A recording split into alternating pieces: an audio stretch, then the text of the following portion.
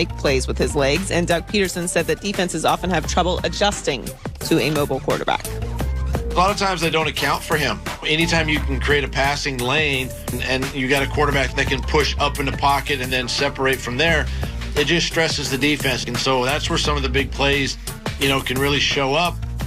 It's kind of what you were saying with the Saints. I saw Brian Baldinger's a former NFL player, NFL Network. He goes online and does these videos. And he really teaches me football. He had one yesterday on Lamar Jackson that was so good. And they ran this play twice. And nobody accounted for Lamar. And they made it look different. And Brian does, I don't know Brian, but he does a great job of breaking down film. And the point is football defenses aren't designed to defend a great athlete at quarterback because they want to double a receiver.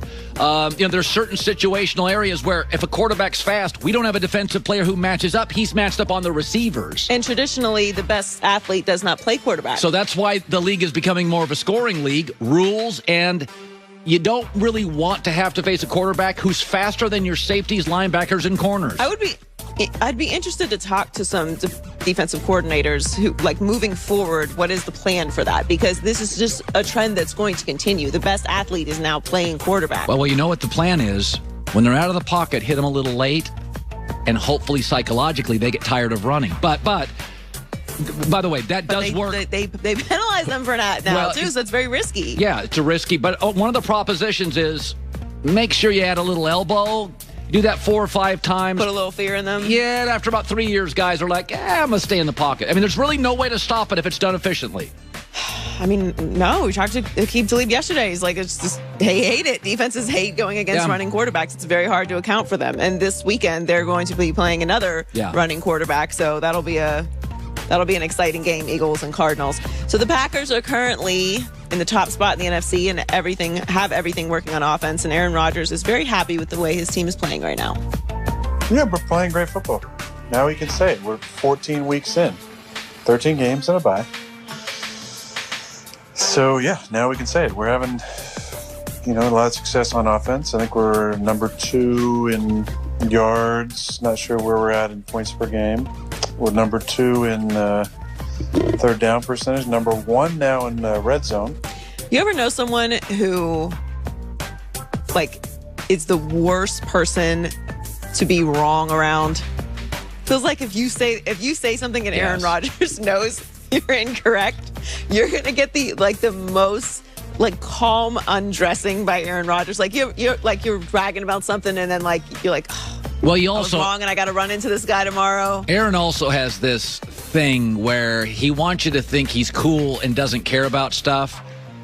But he went on to talk about the GOAT thing, and he's got it all in his head. He just wants you to think he doesn't care about. When people say they don't care about stuff, they care more than they're willing to let on they care about stuff. Yeah, if you don't care about something, you just simply don't talk about it. The idea that Aaron wouldn't care about some GOAT conversations, well, he's in some of those, so of course he cares. And as he should. Yes. He's somebody who's going to leave a very storied legacy on the NFL. Of course he's thought about it. Yeah. And he's right. They are playing good football. I just love the way he talks about it. It's I would hate to be bragging to Aaron Rodgers about something and then find out later I was wrong. You're going to run into him the next day. He's definitely going to let you know.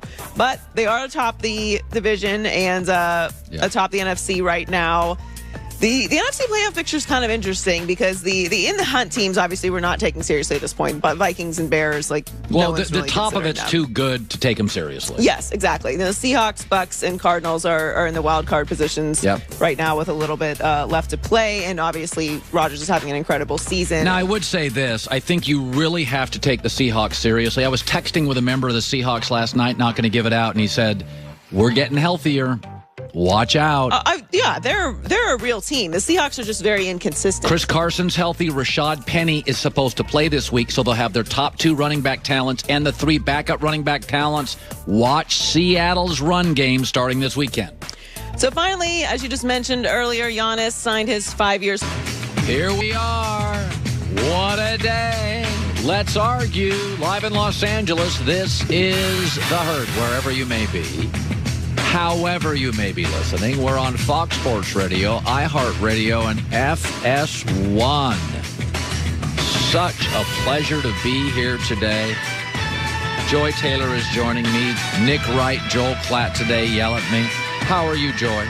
I'm great. We have our festive winter scene. Yes. Now, a little snow. Heard for the holidays. Very nice. Our staff does a great job on this stuff. They do. So I've got a couple of things today, Joy, I want to start my show with. Let's start with number one. The college football playoff rankings came out today, and I don't care that Bama, Notre Dame, Clemson, Ohio State are the top four. Duh. That's why we don't need to expand the playoffs. I've been arguing this forever. There's never been more than really 3 teams in my life that I think can win it. This year, I really don't see... It's Alabama, Clemson to me. I don't think Ohio State's defense is good enough, but let's move on to the really important stuff to me, is that Florida has 2 losses, Georgia has 2 losses, and they're ahead of Cincinnati, and yes, they are better than Cincinnati. One of Florida's losses is to the 5th-ranked team in the country, Texas A&M. Yes, they are better, and that drives you crazy. Colin, why play the games? Well, games are important. But I always tell Joel Klatt this, and he is outraged, and you are outraged. Games are not 100% of it. I consider a lot of things. What college football is trying to do, and they are right for doing this, is to encourage the powerhouse schools to put it out there a little. Alabama, go play Oklahoma. Ohio State, go play Oklahoma. Texas, you go play a USC, a Miami out of conference. Put it out there, and we will not punish you. You can lose that game. We're not going to make it all about going undefeated. And that is the right thing to do.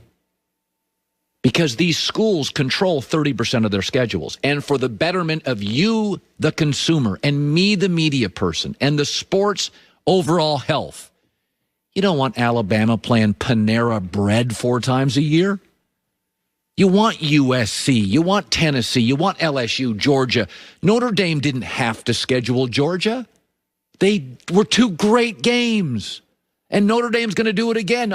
Notre Dame's on Ohio State's schedule 2 times in the next 3 or 4 years. They're going to be underdogs in those games, but it makes the sport better. So I don't just look. We're trying to encourage that, not have all the big dogs petrified at records and ducking that so you get a September of college football that is just awful, 68-8. That's the first thing. I want Oregon-Auburn. A couple years ago in the opener, Justin Herbert, Bo Nix. Come on, I'm sitting there Saturday night like, how great is this? We're not even in conference play. The second thing about records is the Steelers had a better record than Buffalo. Who was a better team? The Browns had a better record than Baltimore on Monday Night Football. Who was obviously the better team? Records, even in the NFL, records don't mean anything. But we know they don't mean anything in college football. The 3 factors I consider have always been this. The games, watch the games. Do you win most of them? And what do you look like? Number 2, what conference are you in? Okay, 7-1 in the SEC is a hell of a lot harder than 7-1 in the Pac-12. And I live in LA, and I'm a Pac-12 fan. You lose a game in the SEC or 2, you're playing in front of 104,000 people. Humid, crazy, you can smell bourbon in the air, and you lose by a field goal, and I'm supposed to be punitive against that? No, I'm going to be punitive if you lose a Pac-12 game on the road, played at noon in front of 41,000 people, where you can hear your coach talk in the sidelines. So I watch the games. What is your conference? And I also pay attention to what is happening today. It is the early signing day today. What's your personnel look like? Who do you recruit? Cincinnati undefeated. They average 48th best recruiting class in the country. There has not been a national champion over the last couple of decades, not one that I can find, that was not a top 10 recruiting power. That hasn't happened in 20 years. I watch today. Today's big. I watch where all the best high school players go. The kids know who have the better players. They want to play with the better players. And you're all arguing about it as media and adults. The best quarterbacks in the country are going to the best schools because they want to throw to the best receivers and be protected by the best left tackles. The 17-year-old kids know where all the good players are. And you're trying to tell me Cincinnati's got more than Florida? Then why isn't Cincinnati beating Florida for players? Because the kids know where all the good guys are. So as an adult, try to be smarter than 18-year-olds because they're telling you where all the good guys go.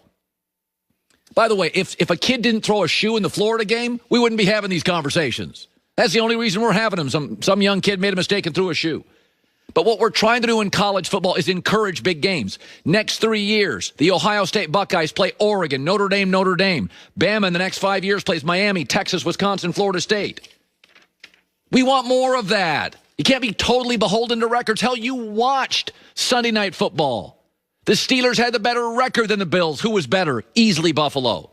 The Browns had the better record. This is the NFL over the Ravens. Who was better? If Lamar doesn't go out with cramps, that game's not close.